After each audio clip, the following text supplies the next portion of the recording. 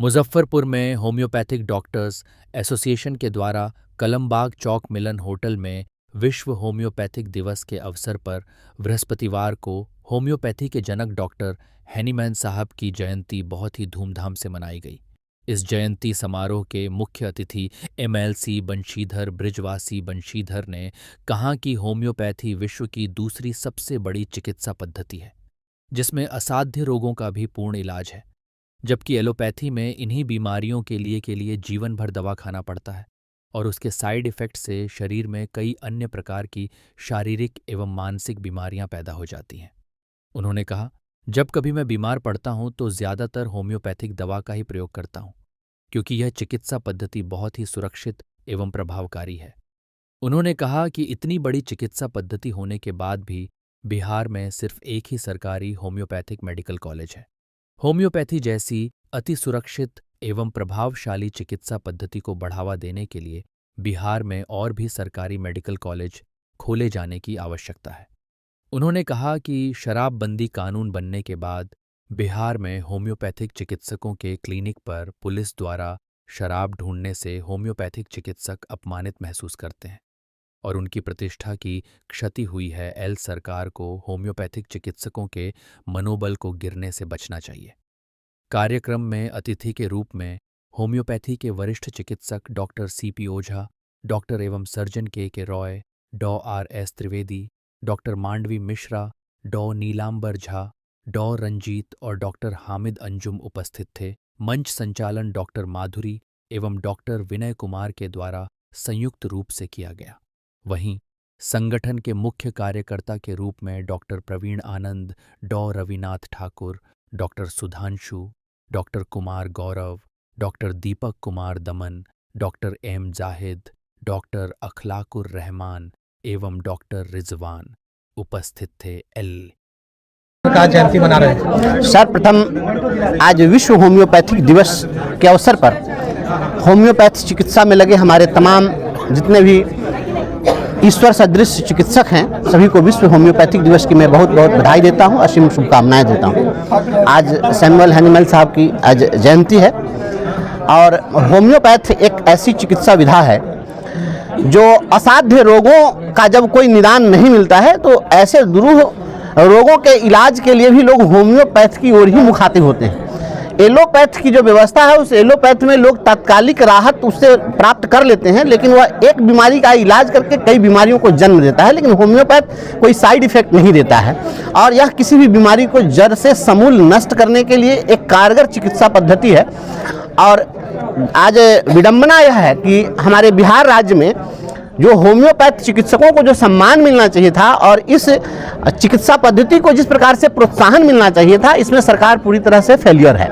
पूरे बिहार में मुजफ्फरपुर का ही एकमात्र आरबीटीएस होम्योपैथिक कॉलेज है जहां पर यहाँ मेडिकल कॉलेज है, अस्पताल है और इसके अलावा कहीं अस्पताल नहीं है।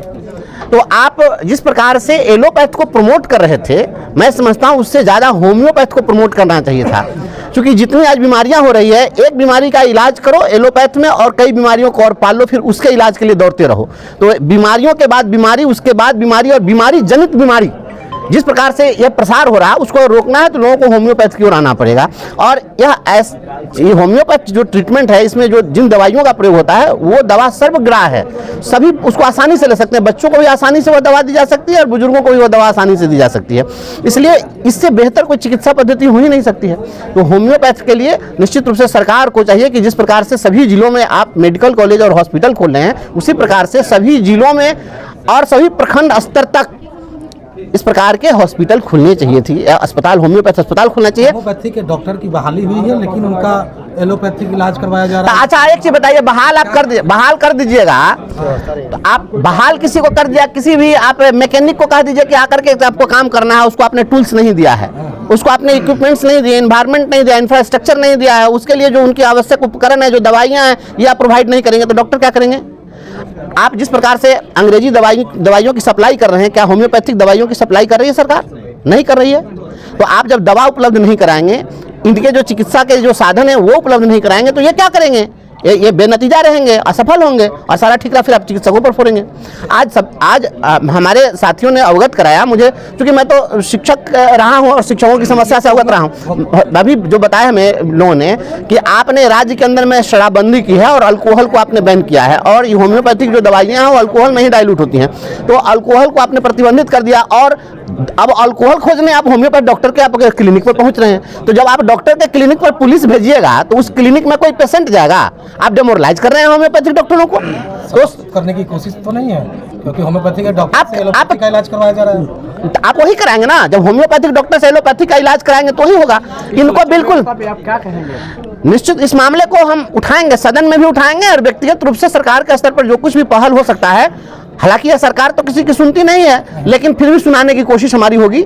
हम एक एमएलसी के नाते, एक विधान पार्षद होने के नाते, एक जनप्रतिनिधि के होने के नाते हम जो भी आवाज़ उठा सकते हैं पूरी मुखरता के साथ उठाएंगे और हम चिकित्सकों के साथ खड़े हैं। होम्योपैथ चिकित्सा को बढ़ावा देने के लिए हम लगातार, चूंकि अभी तो मेरा पहला अनुभव था, पहली बार मैं सदन में गया था, अगर मुझे इसके पहले अगर लोग मिले होते और इस पर ध्यान आकृष्ट कराए होते तो मैं इसी बार सदन के अंदर सवाल जवाब कर देता। लेकिन इस मामले को लेकर हम लड़ेंगे और चिकित्सक जहाँ मुझे खोजेंगे उनके साथ खड़े मिलेंगे।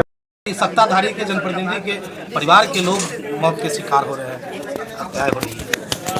लगेगी आग तो सभी घर जलेंगे। आग जब लगेगी तो आग की लपटें घरों की पहचान नहीं करती है कि किसका मकान है, सभी के साथ होगा। और जिस प्रकार से बिहार को आपने जिस व्यवस्था में आपने झोंक दिया है, अब कहीं अपराधी खोजने के लिए कहीं नहीं जाना है, घर घर में अपराधी मिलेगा, हर गली मोहल्ले में अपराधी मिल रहा है और इसकी पूरी जवाबदेही सरकार को लेनी चाहिए। ये सरकार जिम्मेवार है इसके लिए। आपने लोगों की मानसिकता इस प्रकार से बना दी है, सब बेलगाम हो गया हुआ है, हर कोई बेलगाम है। आप सड़क पर चल रहे हैं, कोई रैश ड्राइविंग कर रहा है, उसको रोकने की कोई आपके पास क्षमता नहीं है। छोटा सा बच्चा है, वो स्कूल जाता है, टीचर उसको डांट नहीं सकता है। आपने तो सारी बंदिशें को देख, किसी पर कोई नियंत्रण नहीं है। नियंत्रण के जो प्रभावी व्यवस्था, जो सारी व्यवस्था को हमने ध्वस्त कर दिया। तो आज कल जीतन राम मांझी जी के नतनी की हत्या हुई है, तो आज कटिहार में किसी माननीय के भाई भतीजा की हत्या हुई, तो ये चलता रहेगा। देखिए नित्यानंद राय जी के भगना आपस में लड़के मर गए, तो अब तो हत्या कर देना आम बात है। लोगों की मानसिकता, ये जिस प्रकार से एजुकेशन सिस्टम को बर्बाद किया गया है, उसी का ये नतीजा है। लोगों में धैर्य नहीं है, सहिष्णुता नहीं है, बर्दाश्त करने की क्षमता नहीं है, और उसकी क्या सजा उनको मिलेगी इस चीज से वो अनजान है। यही होना। बिहार में सुशासन की सरकार है, फिर कैसे इस तरह से अपराधी बेलगाम है, फिर हथियार कहाँ से बिहार में आता है, ये भी सबसे बड़ा सवाल है। हथियार कहाँ से आता है, कहाँ नहीं बनता है, ये ना बताइए। आना कहाँ है, जाना कहाँ है, हथियार कहाँ नहीं बनता है। आप गली के गली में छापा मारिए, सब जगह आपको हथियार बनाते हुए मिल जाएगा। गली गली में स्मैकियर मिल जाएगा, जो बात बात में 500 रुपया के लिए किसी को चाकू मार देगा। तो घर घर में स्मैकियर है, सुलेशन सुनने वाला मिल रहा है, तो ये अपराध को कहाँ नहीं हो रहा है। ये जितने भी लोग हैं वहाँ पर बैठ करके, जो इनोवा से चलते हैं और बड़ी बड़ी हाई फाई सिक्योरिटी में चलते हैं, उनको क्या पता कि गली मोहल्ले में क्या हो रहा है। सभी जगह अपराध है और अपराधी हैं, और ये व्यवस्था, ये सुशासन की, कथित सुशासन की सरकार इसके लिए। पुलिस की कार्यशैली को कैसे देखते हैं बिहार में? पुलिस की कार्यशैली तो पुलिस यहाँ तो बिहार की जो पुलिस है ना, नजर है उनकी आदि मुजरिमों पर इस कदर गहरी, अगर चाहे बता सकते हैं चोरी कल कहाँ हो। उनको सब मालूम है, वेल नोन में सारा चीज हो रहा है। पुलिस को क्या पता नहीं है? पुलिस तो अगर पुलिस सही तरीके से अगर काम करे तो उनको पता है कि कल कहाँ अपराध होने वाला है। यह सत्ता संरक्षित, प्रशासन संरक्षित अपराध हो रहे हैं। अगर प्रशासन चाहे तो अपराधी हिल जाएगा। देख रहे हैं ना, जहाँ का चीफ मिनिस्टर अगर वह अपने पर आ जा रहा है तो वहाँ पर अपराधियों को शरण लेना मुश्किल है, सब भाग रहे हैं राज छोड़कर। और बिहार के अंदर में क्या स्थिति है, क्योंकि फील गुड करना है, वहाँ पर तो बैठ करके और माननीय मुख्यमंत्री जी को आगे पीछे, अब तो मुख्यमंत्री जी को देख रहे हैं कि कुछ लोग ऐसे लोग हैं जो हाथ में थाली पकड़वा के आरती करवा रहे हैं, जैसे बच्चे से करवाया जाता है। तो जब बच्चे की भूमिका में जहाँ के मुख्यमंत्री जी आ जाएंगे तो आप समझ सकते हैं कि क्या होगा।